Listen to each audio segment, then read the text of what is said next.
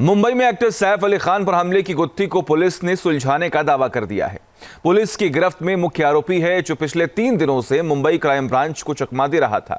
इस आरोपी की गिरफ्तारी के बाद पुलिस की 72 घंटे की तलाश खत्म हो गई, लेकिन इन 72 घंटे की कहानी आखिर है क्या है उस रात की हकीकत जब मुंबई के बांद्रा का अपार्टमेंट सैफ पर हमले से दहल उठा था। देखिए।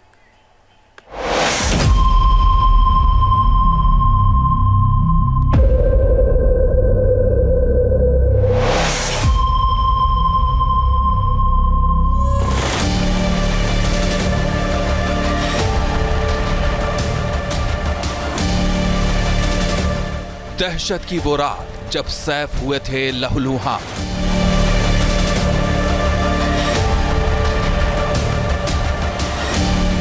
तलाश के वो 72 घंटे जब चाकूबाज ने मचाया था कोहराम।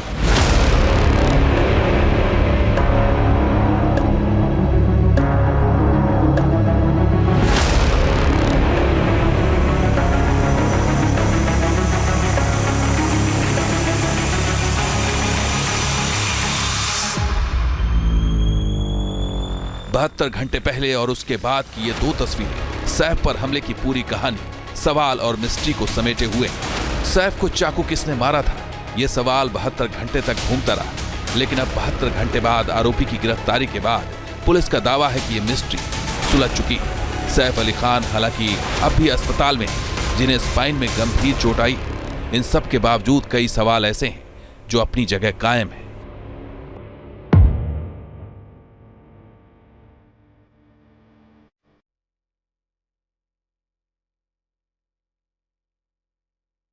सैफ पर हमला करने को लेकर पिछले 3 दिनों की कहानी, मुंबई पुलिस का एक्शन और कैमरे में कैद होते संदिग्ध की एक एक तस्वीर से उठते सवाल और पूरी पड़ताल हम आपको दिखाएं, उससे पहले आपको लिए चलते हैं फ्लैशबैक में, यानी 15-16 जनवरी की उस दरमियानी रात जब मुंबई के बांद्रा में सैफ पर हमले की खबर जंगल में आग की तरह फैल गई।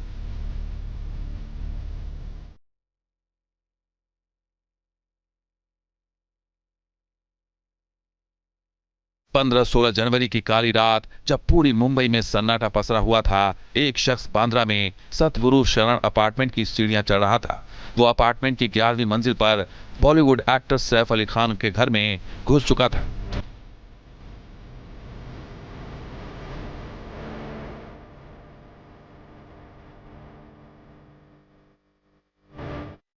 रात के 2 बज चुके थे जब सैफ के छोटे बेटे जय के कमरे के बाहर से अचानक ही आवाज आई। आवाज सुनकर जय की देखभाल करने वाली नर्स एलियामा फिलिप की नींद टूट गई। नर्स ने बाहर निकलकर देखा तो बाथरूम का दरवाजा खुला हुआ था। तभी हमलावर ने एलियामा पर चाकू से हमला कर दिया। एलियामा ने चाकू पकड़ने की कोशिश की, जिससे उसकी दोनों कलाइयों और बाएं हाथ की उंगली जख्मी हो गई। जय के कमरे से आ रहे शोर को सुनकर सैफ अली खान जय के कमरे की तरफ भागे। वहां उन्होंने एलियामा को एक अनजान शख्स से उलझते हुए देखा। सैफ ने एलियामा से शख्स के बारे में पूछा तो आरोपी सैफ पर चाकू से ताबड़तोड़ हमला करने लगा।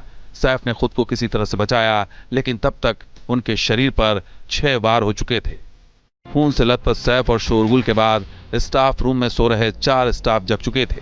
रमेश, हरी, रामू और पासवान जब दोबारा ऊपर के कमरे से हमलावर वाले कमरे में पहुंचे तो दरवाजा खुला मिला। कमरे की तलाशी ली गई, लेकिन हमलावर तब तक वहां से भाग चुका था। सीसीटीवी कैमरे की रिकॉर्डिंग में रात के 2:33 का वक्त था जब यह हमलावर सीढ़ियों से उतरकर भाग रहा था। उसके जाते ही सैफ के घाव को देखकर घर में हड़कंप मच गया था। घबराई हुई करीना कपूर ने बिल्डिंग में 8वें फ्लोर पर रहने वाले इब्राहिम खान को फोन किया। इब्राहिम दौड़ते हुए ऊपर की मंजिल की तरफ भागे।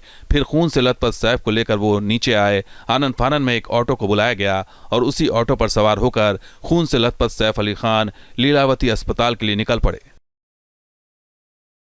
और क्या पूरी जानकारी दीजिए भाई। 3 से पौने 3 बजे का टाइम था। पूरी बात बताइए। हाँ जी। जब मैं नाइट में गाड़ी चला रहा, गलियों में जाता ही है सब लोग लाइन में, तो उसमें देख रहा हूँ तो उधर देख रहे तो वो जा रहा है तो रिक्शा कोई लेडीज थी आगे से आती है। फिर गेट से भी आवाज आता है कि रिक्शा रुको रुको रुको रुको। तो रुकाया, मैं यूटर्न मार के गाड़ी लगाता हूँ तो कोई निकलता है तो उसने जैसे उसमें खून से जैसे लथपथ है तो बस वही देख रहा। तो उनको बैठाया, फिर जाके अपना लीलावती उनको छोड़ा। हाँ। सैफ पर हमले की खबर के बाद पुलिस हरकत में आई और आरोपियों की तलाश में 35 टीमें लगा दी गईं। 16 जनवरी को ही पुलिस ने एलियामा का बयान दर्ज किया, तो वहीं सीसीटीवी कैमरे से पुलिस को सुराग भी मिलने शुरू हो गए थे।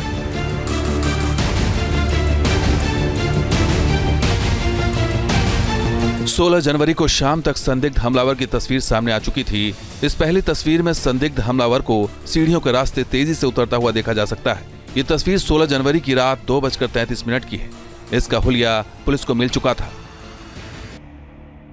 16 जनवरी को ही रात 1:38 वाला एक और सीसीटीवी फुटेज पुलिस के हाथ लगा।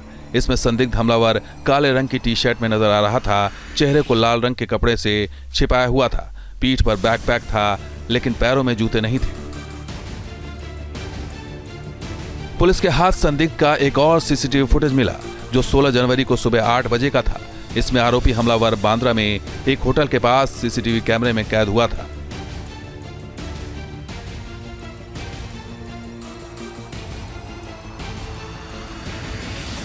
वारदात के 7 घंटे बाद संदिग्ध की एक और तस्वीर सामने आई। यहां बांद्रा से लोकल ट्रेन पकड़कर आरोपी दादर पहुंच चुका था। वो यहां एक मोबाइल शॉप से ईयरफोन खरीदते हुए नजर आ रहा था। 18 तारीख तक पुलिस हाथ पैर मारती रही।